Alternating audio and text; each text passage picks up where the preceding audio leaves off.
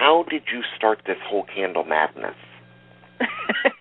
This whole candle madness started about this time back in 1991, and I did not have any money. I didn't have money for food. I was working all kinds of little extra jobs, cleaning people's houses to make money in any way, shape, or form. And I had this group of people who really had been supporting me, you know, hiring me to clean their house, hiring me to sew or mend some of their clothes.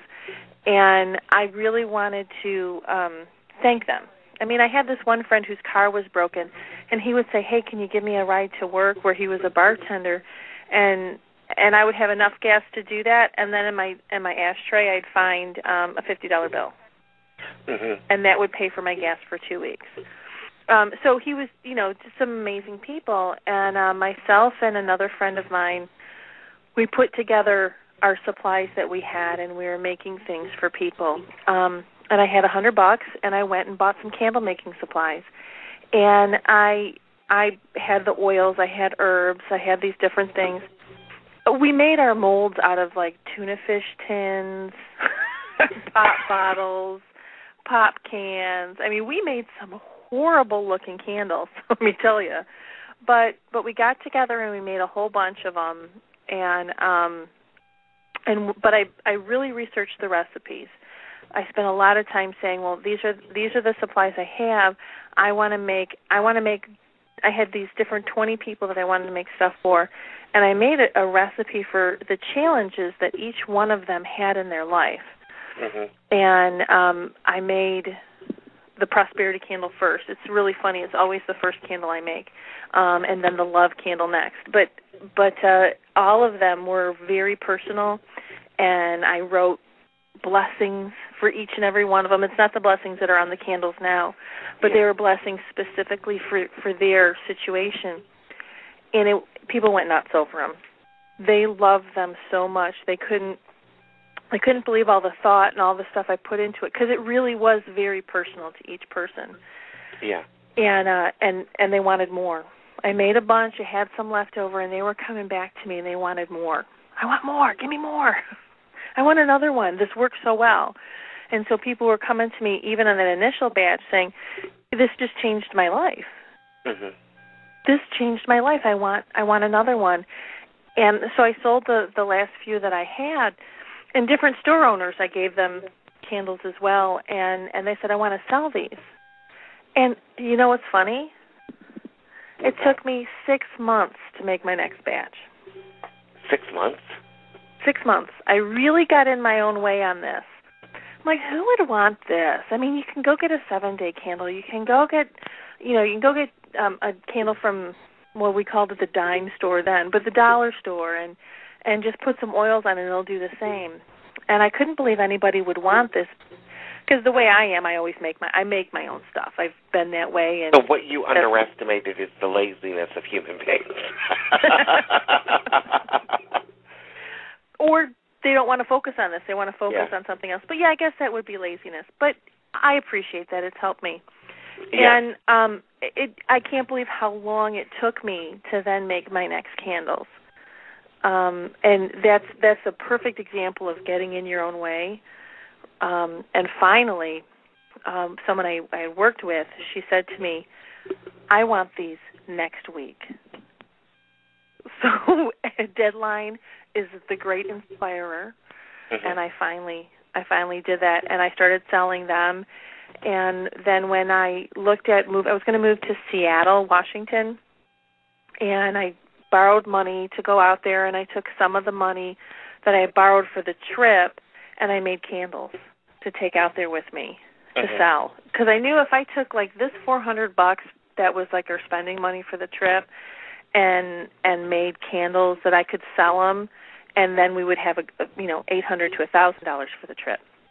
And I made boxes of candles, and this was in the day that they didn't charge you extra for more packages on the plane.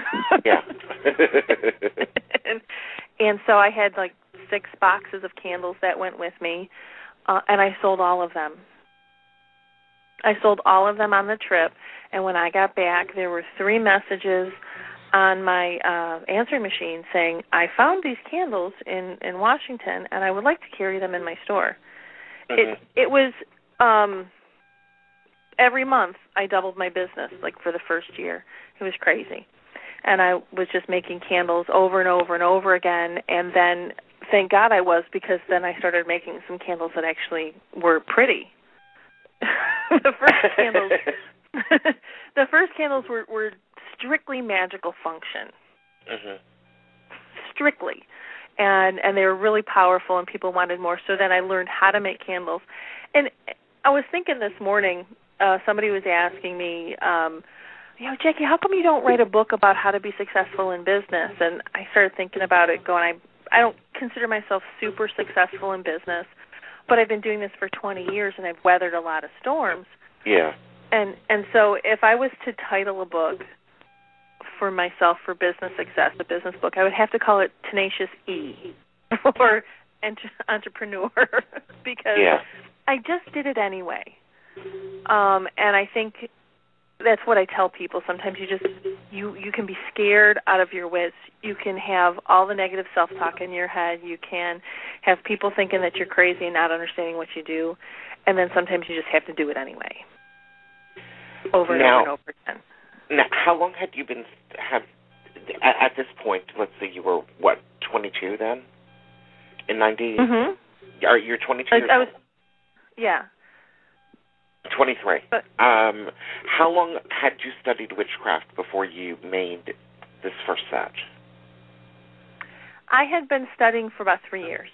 Okay. And I wanted to just make it. I just wanted to do fun things. And when I made the candles, I was also making little dream pillows and sachets and different things like that. But the candles are the thing that people were the most excited about. And I think because, and I hate to say it like this, you don't need a lot of supplies to make dream pillows and sachets and little oils and stuff. Mm-hmm. But to make a candle, you need a lot of materials. You need a lot of things you wouldn't have around your house. One of them being, 100 pounds of wax. So yeah. It's not a normal thing for people to do. I mean, the first couple candles I made, I used canning wax, and I couldn't get them out of the mold. I made all the mistakes that one could make. Now, and then I found Go ahead. Oh, I found a candle supply store locally, and she goes, okay, stop using crayons, and the canning wax won't work, and let me get you what you need. So what were you going to say? When did you decide to call these Blessed Herbal candles? Was that the original name of them? I've always called them that, and when it was time for me to name my company, one of the dreams I had a long time ago when I thought I actually was Crunchy Granola is I was going to have a commune. Can you tell I was really young when I was thinking about this? Oh, yeah. I wanted this large tract of land where we could all live with nature and be supportive of each other, and I kept calling it a Coventry because I looked in the dictionary, and that's a gathering place. Some dictionaries call it a gathering place of witches or a gathering place of a coven. Some dictionaries call it a spiritual gathering place. And so I kept calling it the Coventry. Mm-hmm. And I just wanted that. So when it came time to name the business, it was a Coventry because this is a gathering place. And it's really always been a gathering place of ideas and a gathering place of learning, of paths and directions and spiritual practices. So when I first made the candle, we literally created a sacred space to bless them at the right time of the moon, and I had a big altar set up, and I had my wand and all of my my Wiccan trappings, and so I literally blessed the candles when I first made them. Now, just so you know, we still bless them. Every time they're made, they're blessed.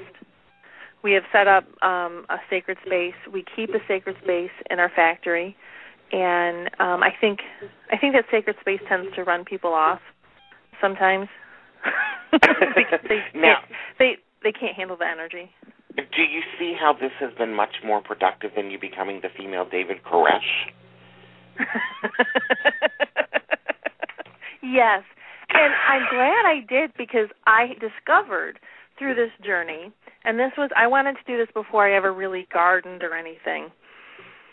I started gardening through this process, and I started doing all these things through this process, and I discovered that I hate gardening.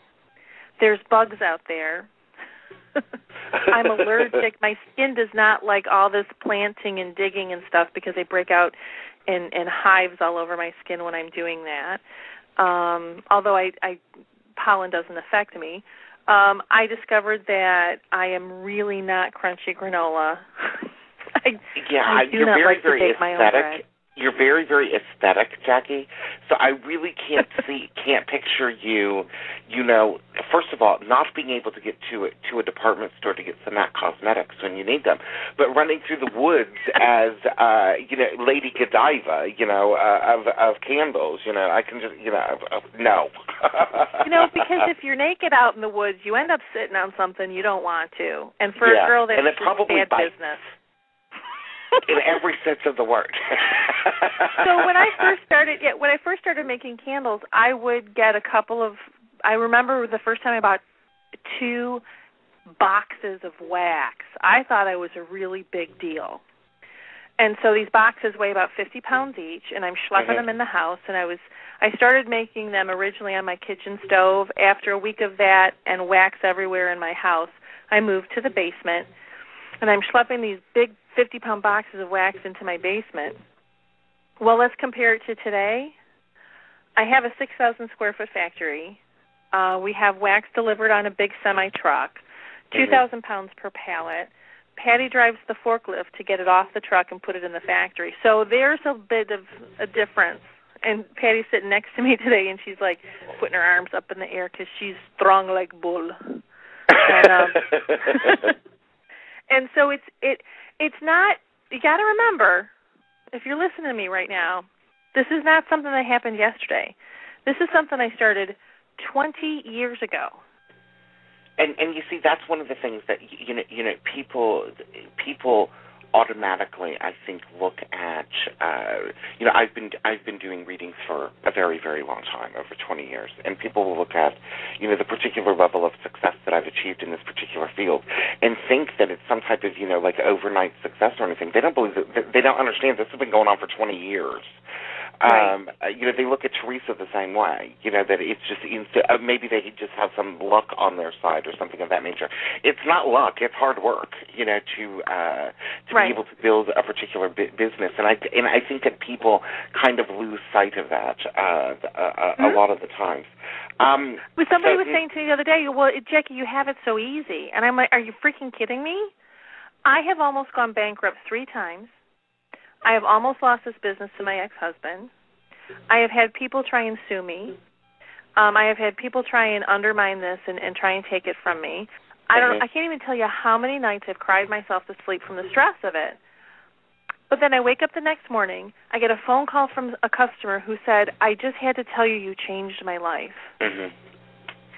And then I stop crying, I put on my big girl panties, and I get back to work. Yeah, exactly. Exactly. And it is always at the moment, and it seems that it kind of works that way, Jacki, because every point that I have just, about thrown up my hands and said, you know what, I have this and this and this that I can do. I don't necessarily need to do this. Yes, I wouldn't make the same amount of money financially. I wouldn't have be doing the business stuff, and then I will get some form of letter from somebody that will say, "Dear Storm, I want to thank you for the reading that you did for me in the XXX. You really transformed my life. Blah blah blah." And and it really says that's why I'm doing this. It's not for me. I'm doing this in the most cases for those people and those customers that contact me on an everyday basis that I seem to, for whatever reasons, create some form of change in regards to their lives, and that's the reason why I continue to plod on and do it.